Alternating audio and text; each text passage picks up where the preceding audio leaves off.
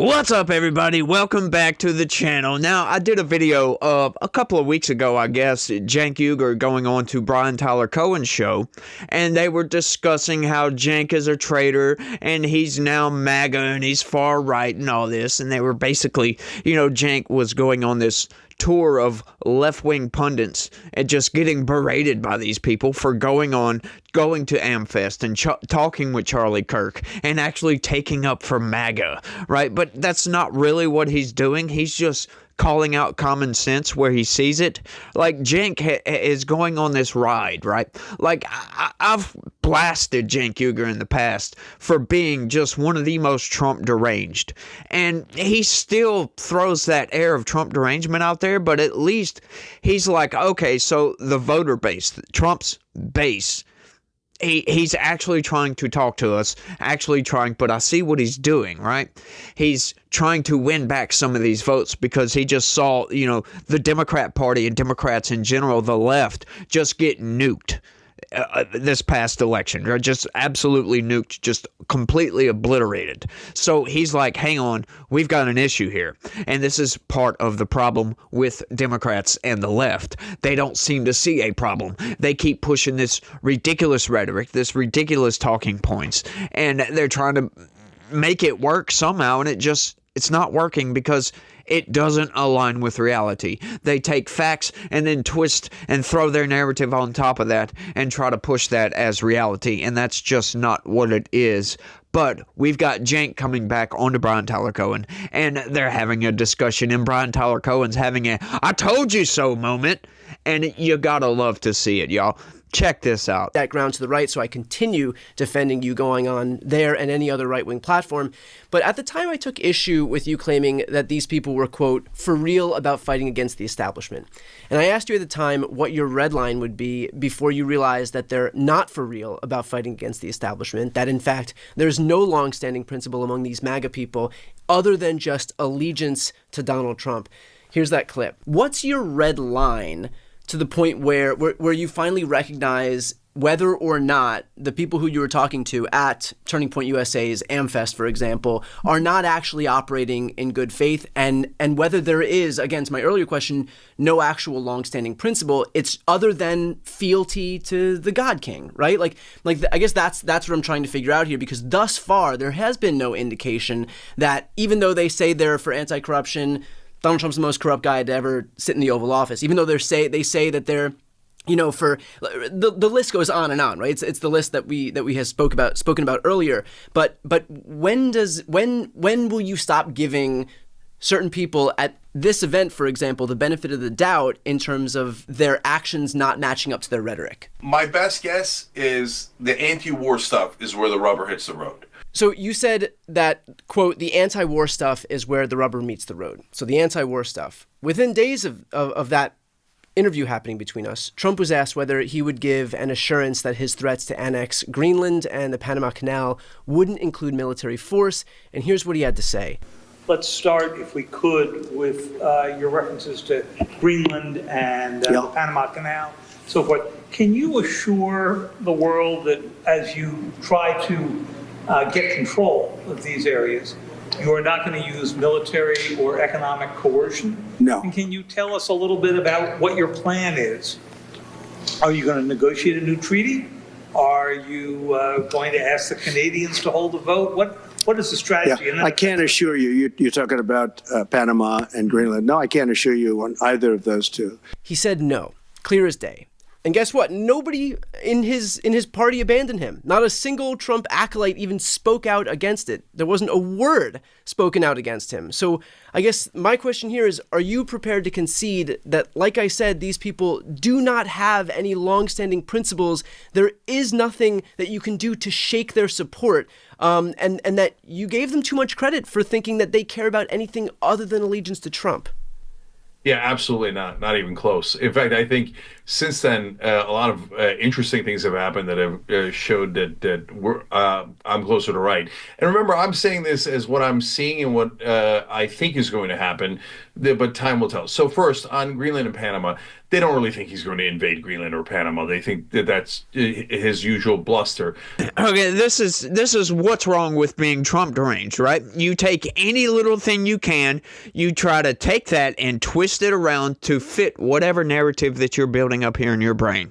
Whether it aligns with reality, whether it's just some delusion, it doesn't matter. This is the narrative that you're going to spit. And once again, it doesn't matter what anybody else thinks. It doesn't matter what reality thinks. It doesn't matter what was even said, because Donald Trump said he's not going to give any assurances of anything. All right? He's not going to assure them that he won't use military force. But looking at reality and looking at past actions that Trump has taken, right? You don't give away the game before you go and negotiate. This is something that was in his book. You don't go and tell everybody what you're going to go do before you go do it. You make it a surprise. You bring this to the table. You tell them this is how it is. And this is the tactic of Trump. This is why we love Trump, because he's going to threaten to use that military force, right? Doesn't mean he's going to. Doesn't mean he's not anti-war. Right? It doesn't mean any of these things. The base knows this. Cenk Uygur seems to be able to see this. Bryan Tyler Cohen and the cultists over there on the left, they can't see it for some reason. And I'm not 100% sure why. Maybe it's just because they stay in this bubble, I guess. And they can't seem to break out of that bubble regardless of what's going on around them. But you gotta love it. These negotiating tactics, right? This is one of the things a lot of people do love about Trump, like I was getting at earlier, right? You don't really know what Trump is going to do.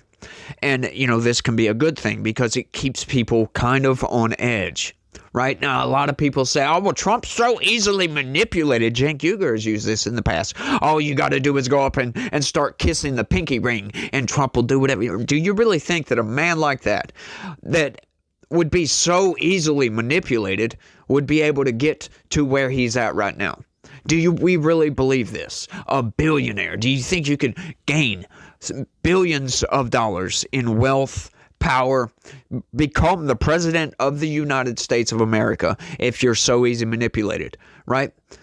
Donald Trump does not want war. He constantly preaches anti-war. It doesn't matter, if he's just saying that for his base or if he actually means it. The one thing that matters to Trump a lot is how he is perceived by the people around him. And he knows for a fact that his base does not want war. We're sick and tired of funding these foreign wars like what Joe Biden has gotten us into, right? It's not American troops, but it's funding a proxy war, sending hundreds of billions of dollars to Ukraine, sending tens of billions of dollars to Israel, sending a commando raid over here in Yemen to go and, murder some terrorist or whatever. We don't like these things. We don't like military intervention around here. We're tired of funding the military-industrial complex for the sake of making rich military-industrial complex CEOs rich.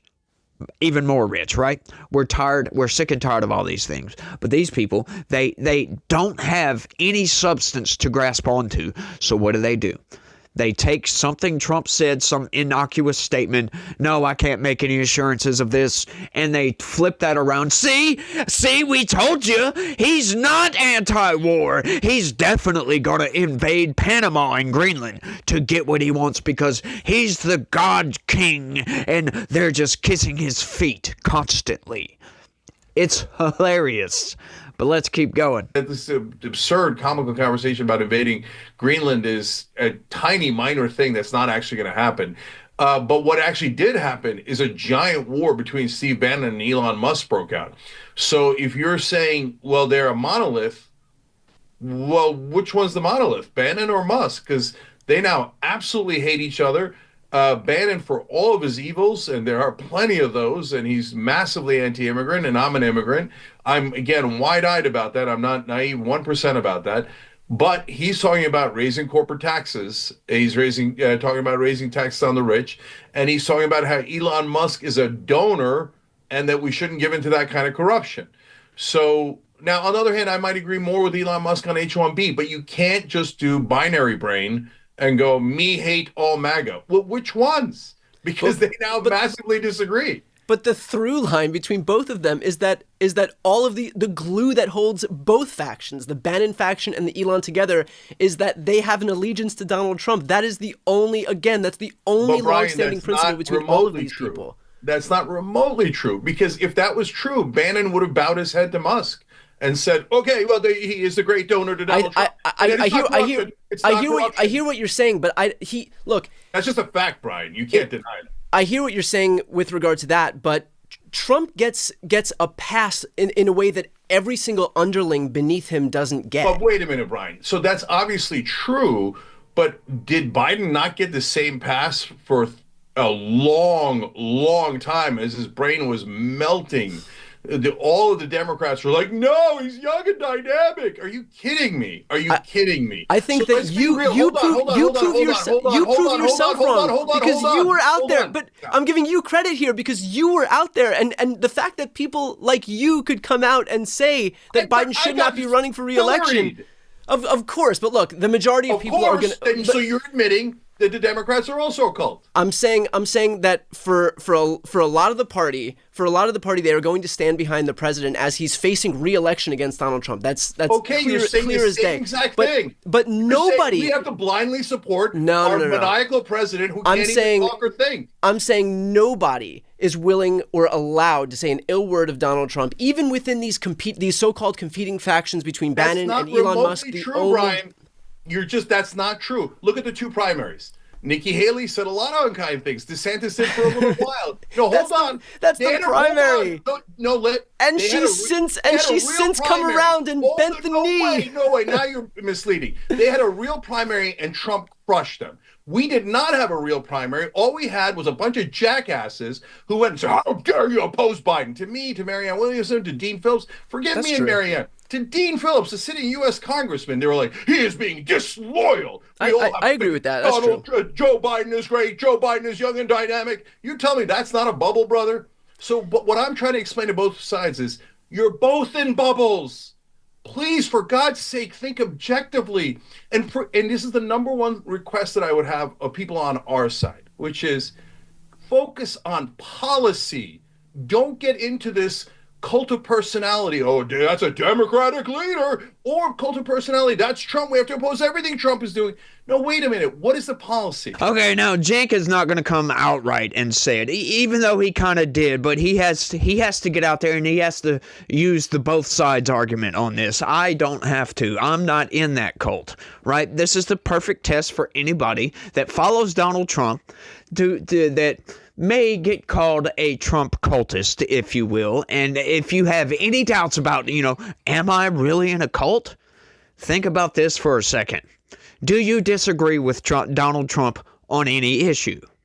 If the answer is yes, then no, I'm sorry, you are not in a cult. If you don't like how crass Donald Trump can be, you are not in a cult.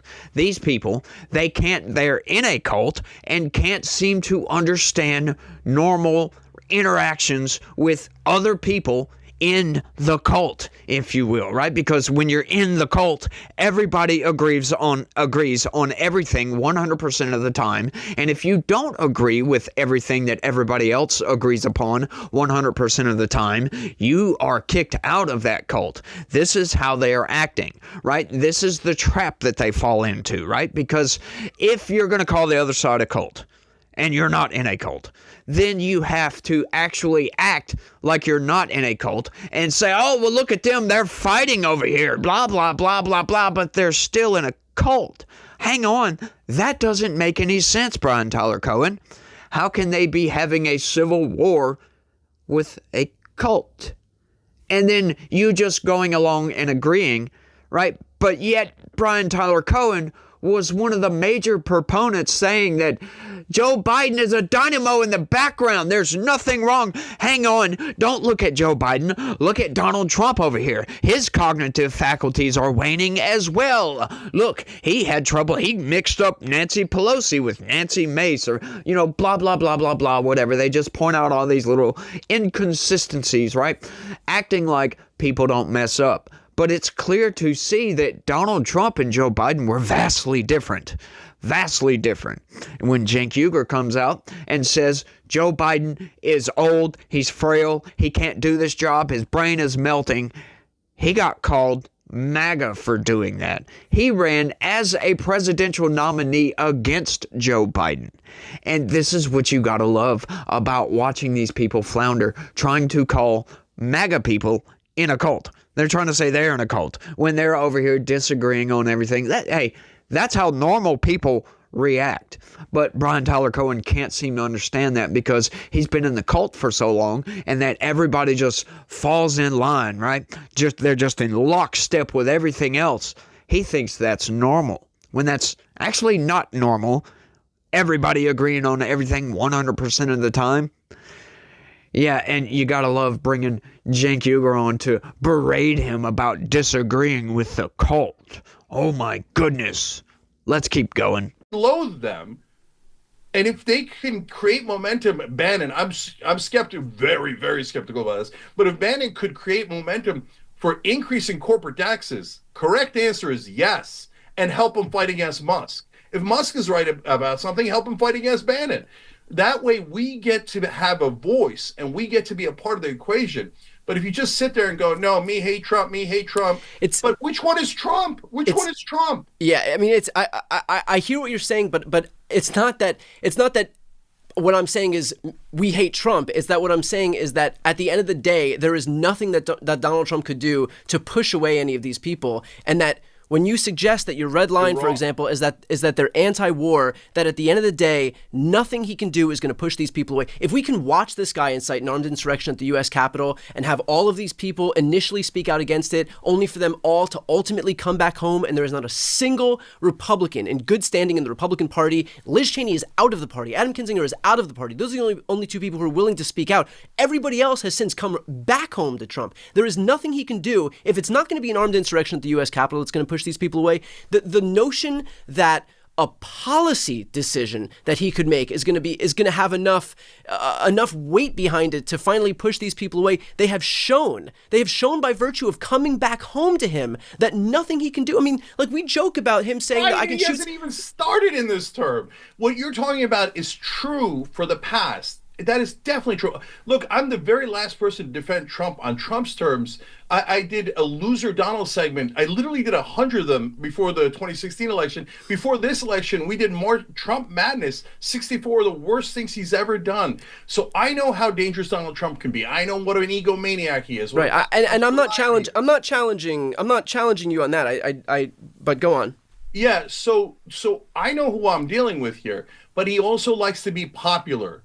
So if we can feed into the direction that makes him more popular, which is passing our laws, our policies, then great. But you're giving up before this term has even begun. We're not looking to get Trump to do like marvelous 85% of Bernie Sanders' policies. That's for Cocoa Puffs. That's never going to happen, right? Yeah. But if we get 15%, that's a lot better off. If we can contain his worst impulses by going and finding allies in the right wing that agree with us, that would be much better in containing his worst impulses instead of driving towards it. And please, look, this is the same for our audience, and we're trying to be honest with everyone. And obviously, of course, we're getting punished for it. You'll look at the comment section here, turncoat, binary thinking. If he's criticizing Democrats, that must mean he loves Trump. I'm sick of it. It's just maddening. Please snap out of the hypnosis you guys are all. Are you kidding me on not being able to challenge Trump?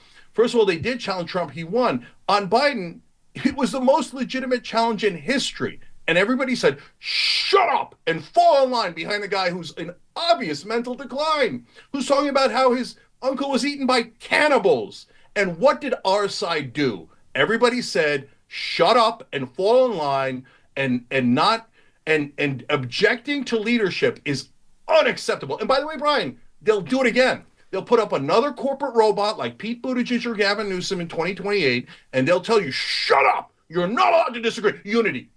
If you disagree, you're a Republican. You know, I'm really having a tough time believing that what Cenk Uygur is doing is a grift, right? But, it kind of looks like a grift, if you will, because sees the writing on the wall. It's like, it kind of makes you think, what made Cenk Uygur shift so hard, right? Just turn about face, did a 180. I guess it was the election, because he was going hard on Trump before the election. He still goes hard on Trump. But you got to look at what he's doing, right? And what Bryan Tyler Cohen is bringing to this, once again, cult of personality here. He's like, how can they go back to Donald Trump? What, Donald Trump can't do anything to shake their faith in the God King Donald Trump. This is how normal people react, Bryan Tyler Cohen, by the way, right? When we have a leader, and, normal people don't always agree with everything that leader does. Some things Donald Trump is going to do, we're not going to like. Some things Donald Trump does, but for the vast majority of everything, yes, we like this. We don't like Biden. We don't like the Biden type of politician. In other words, we don't like the establishment. We have been relentlessly booting establishment politicians from the Republican Party. We still have a ways to go. We still have a lot of establishment politicians out in there. But this is something that just blows my mind, that these people can't see the writing on the wall here. They can't see what they're doing, right? Of course. And to get back to what he was saying about, even an armed insurrection, right? What armed insurrection? You mean a bunch of unarmed protesters? Yeah, come on, dude. Armed insurrection, my ass. But getting back to that, yes, a lot of people turned away from Donald Trump. I was one of them, as a matter of fact. What happened is the Biden administration. We had a giant pendulum swing the other direction. COVID. Right? We saw what the Biden administration done. He thought he had a mandate to just go after all Trump supporters, because that's what they attempted to do, essentially. 1,500 people. We know damn good and well, we've poured over the data, that 1,500 people were not fighting with cops at the Capitol. We know for a fact, anecdotally at least, that bunches, dozens and dozens and dozens, if not hundreds of people, right, did nothing wrong. There was a whole other side of the Capitol that a lot of those people just peacefully protested, were allowed to come into the building by police, walk around inside the building, were not told to leave, were not told they were being trespassed, none of this, left the building of their own volition without being told to, went home, 6-8 months later, got raided by the FBI, and spent 18 months in prison for trespassing. Yes. There are several cases, like I said, dozens, if not hundreds of cases of peaceful protesters going to jail. Right? It's just absolutely insane. And, we're seeing all this happen, and we're like, this is a travesty. What is going on here? And then we get the surveillance footage from the January 6th attack, and that allowed us to find out that, hang on, it wasn't just 1,000 people fighting with cops. It was only about 200 people fighting with cops. Well, then how come 1,500 people have been arrested, convicted, and spent time in prison? Then we started seeing all the other convictions come down the pipeline. Enrique Tarrio. Seditious conspiracy. And where's the evidence of this seditious conspiracy? What did he actually do? We go through the evidence. We see he sent a text message on that day telling the other Proud Boys to stay there. That's it. That's it. That's pretty much it. They got 22 years in prison for this. That scared the hell out of a lot of people, right? It just blows my mind that they just omit facts from reality to build this narrative that Trump is a cult leader and everybody that follows him is in a cult, and the country is going downhill. He's a threat to democracy and this and that and blah, blah, blah, blah, blah. And just he gets slapped in the face with facts, and it just act like it didn't even happen. Those facts, we don't care about that. That didn't happen at all. And real people in the real world just can't ignore facts of reality. Sure, January 6th was a bad day, right? But it wasn't any worse than any other day that entire year. We had riots all over the world. We did not see the FBI going after all these BLM protesters. I said the world, I meant the United States, sorry. We did not see the FBI raiding people's home of protesters that turned into rioters that were burning down local businesses, police stations, federal courthouses, federal buildings, just anything and everything. We didn't see the left say a damn thing about this. As a matter of fact, we saw a lot of politicians putting together GoFundMe accounts and, Give, Send, Go accounts and making all these fundraising to get rioters out of jail. And then these very same people want to berate and gnash their teeth about Donald Trump pardoning peaceful protesters on January 6th.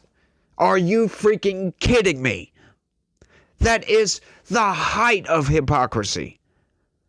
It's just insane what these people have done. And the left and Democrats and the Bryan Tyler Cohen types, David Pakman and all these people, they just ignore all this evidence, right? I refuse to ignore deficit spending by Donald Trump. I refuse to ignore the fact that Donald Trump wanted to, while he was president, wanted to put together get-togethers, meetings, whatever, on his own properties while he was president. That's a massive conflict of interest. This is a very, very bad thing. Some of what may look like corruption with Jared Kushner. We don't like these things. Okay, we over here on this other side, yes, we get mad about this. But just because we still support Donald Trump, these people call us in a cult. Right? We disagree on one thing, and all of a sudden, they ignore that and say, oh, we're in a cult. We criticize Trump where he needs to be criticized. But we can, as normal people, we can look at what Donald Trump does holistically, right? And see that for the most part, he's a net positive president, right? He's not all good. Sure, he has some corruption issues, just a little bit here and there, some stuff that, I really wish he wouldn't do. But it's not disqualifying, for crying out loud. The man still makes massive moves to work in the interest of the American people to make this country great again. Not Israel, not Ukraine, not Argentina or any other country, right? He doesn't allow gangs from Venezuela to come into this country and take over apartment complexes, for crying out loud. As a matter of fact, my next couple of videos, I'm making 3 videos today, by the way, in case you don't know. I'm on it because there's so much freaking news that it's absurd. Just outright absurd. I think I'm rambling at this point, so I want y'all to let me know what y'all think about all this down in the comment section. Blows my freaking mind every time these people can't seem to see their own hypocrisy staring back at them in the mirror. It's crazy, y'all. It's just outright crazy. But y'all let me know what y'all think. That's all I got for this one. I want to thank everybody for watching, and y'all try to have a good day. Stay legitical. Peace.